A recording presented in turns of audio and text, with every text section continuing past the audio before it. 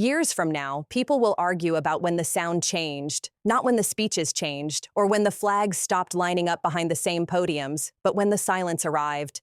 That moment when everyone in the room realized they were no longer pretending to misunderstand each other. Monday afternoon was one of those silences, not dramatic, not loud, just final. It happened in a chamber designed for applause. Instead, there was a pause that stretched too long, the kind that makes people look down at their notes even though they already know what was just said can't be unsaid.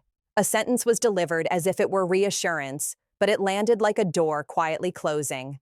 The message wasn't that Europe couldn't defend itself. The message was that it wasn't supposed to try. And in that gap between intention and reception, something old stopped breathing. For decades, the arrangement was simple enough that no one bothered to say it out loud. One side supplied the shield, the other side accepted the terms. Gratitude was the currency, deference was the price. It worked because it felt permanent. Permanence is the most powerful narcotic in politics. It convinces institutions to stop planning for rupture. It convinces leaders that leverage is infinite. It convinces empires that habit is destiny. But habits crack quietly before they break. What followed that sentence in the room wasn't panic in the cinematic sense. No shouting, no walkouts, just faces recalibrating.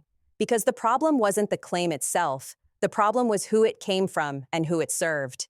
When the custodian of a shared defense starts sounding like the spokesperson for one capital instead of 32, people stop hearing reassurance and start hearing instructions. And instructions invite resistance. Within hours, the resistance stopped pretending to be philosophical. Words like autonomy hardened into verbs: take charge, build, finance, decide. The vocabulary shifted from aspiration to execution. And that's when Washington should have felt the chill. Because slogans can be negotiated, infrastructure cannot. This wasn't a tantrum. It wasn't even a protest. It was furniture moving in the middle of the day, quiet, deliberate, impossible to ignore once you notice the floor is bare. While attention stayed fixed on speeches and tariffs and the theater of outrage, something far more consequential slipped through procedural channels.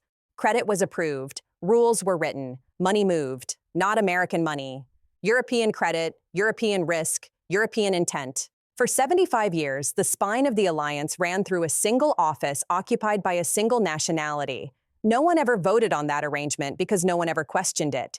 Questioning would have required imagining a world where the guarantee was conditional, and once the condition was spoken out loud, the imagination followed. The financial mechanism didn't arrive with fanfare. It arrived with spreadsheets. Loans, not grants. Obligations, not favors. A war chest that doesn't require congressional mood swings or late-night calls across the Atlantic. When you borrow on your own credit, you are declaring adulthood in the international system. You are also declaring that you are done asking permission. Some capitals noticed immediately what that meant. Others pretended not to.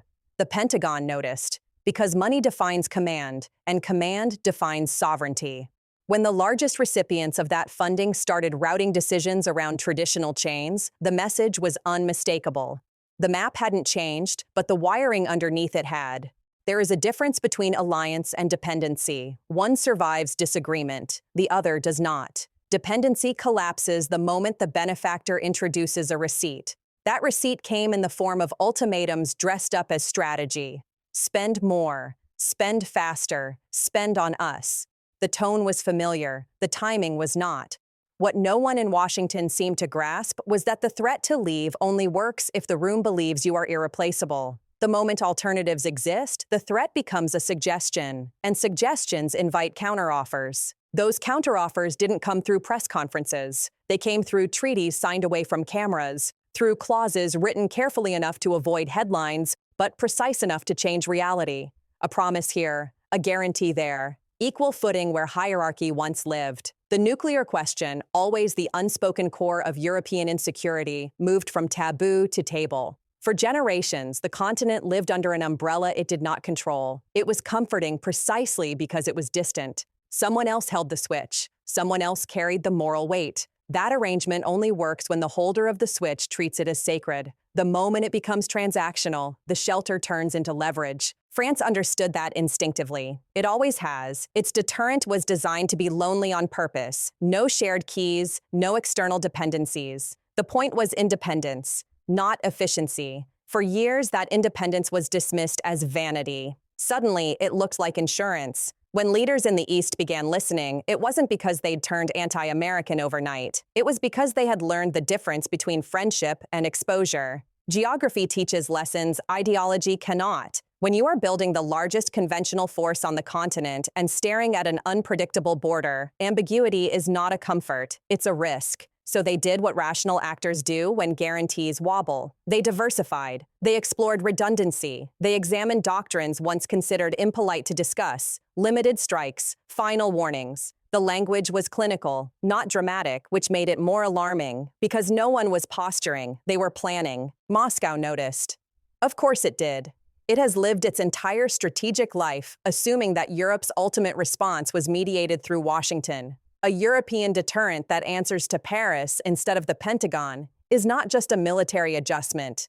It's a conceptual one. It changes who talks to whom when minutes matter. Washington noticed too, though more slowly. There was comfort in believing this was all theater, a negotiating tactic designed to extract concessions. That belief collapsed the moment hardware started moving without American paperwork attached. Jets that don't require end-user permission.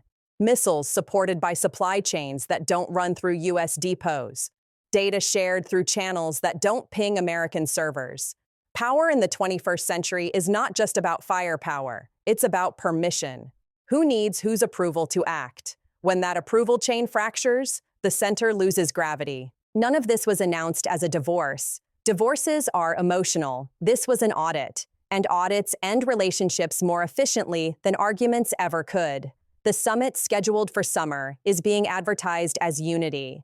The invitations say all the right things. The communiques are already drafted in the language of continuity, but behind those documents, another set of papers is circulating. They read very differently. They assume rupture. They plan for absence. They outline what happens the morning after the unthinkable becomes mundane. The spending target is the spark everyone is watching, but it's not the fire. 5% is a number designed to sound objective. Numbers feel neutral. They are not. They encode priorities. They enforce dependency. When conditions are attached to the arithmetic, the math becomes politics. Buy American is not an industrial policy in this context. It's a leash. It ensures that even as others spend more, the center of gravity remains fixed. That strategy works until the suppliers decide they'd rather build their own factories than rent yours. Europe's answer wasn't to refuse the spending. It was to refuse the terms. That distinction matters. It signals seriousness. It says this is not about avoiding responsibility, it's about owning it.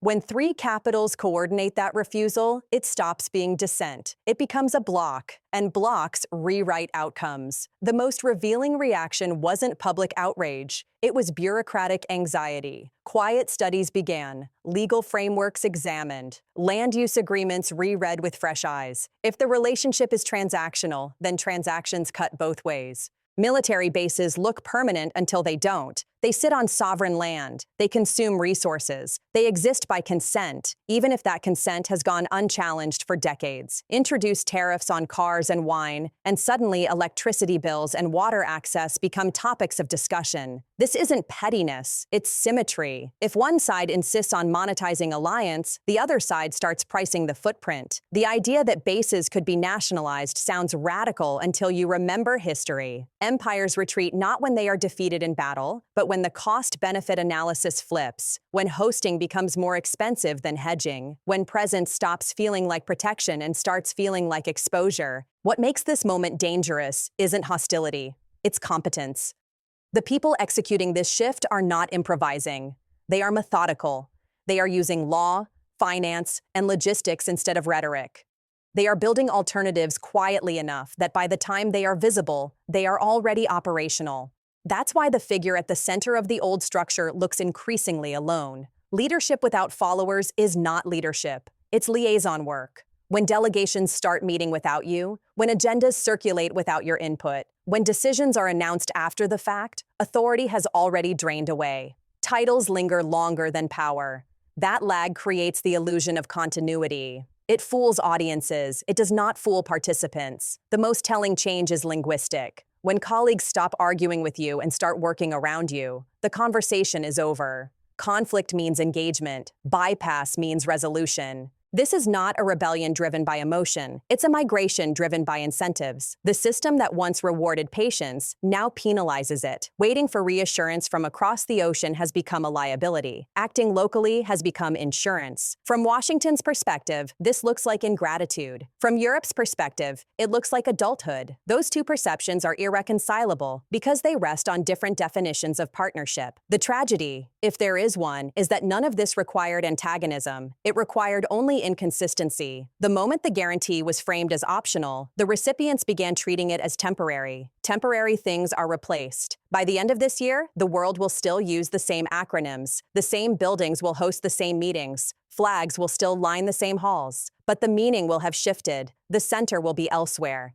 Decisions will be made in rooms that do not wait for permission. That is how eras end, not with collapse, but with relevance drifting away. The question now is not whether Europe can defend itself. It is whether America understands what it has taught Europe to become. Empires don't fall because others rise. They fall because they convince allies to stop needing them. If you felt the temperature change today, remember it. You're going to need that context when the next announcement sounds routine but isn't. Stay close. History is being written in footnotes right now, and most people won't read them until it's too late.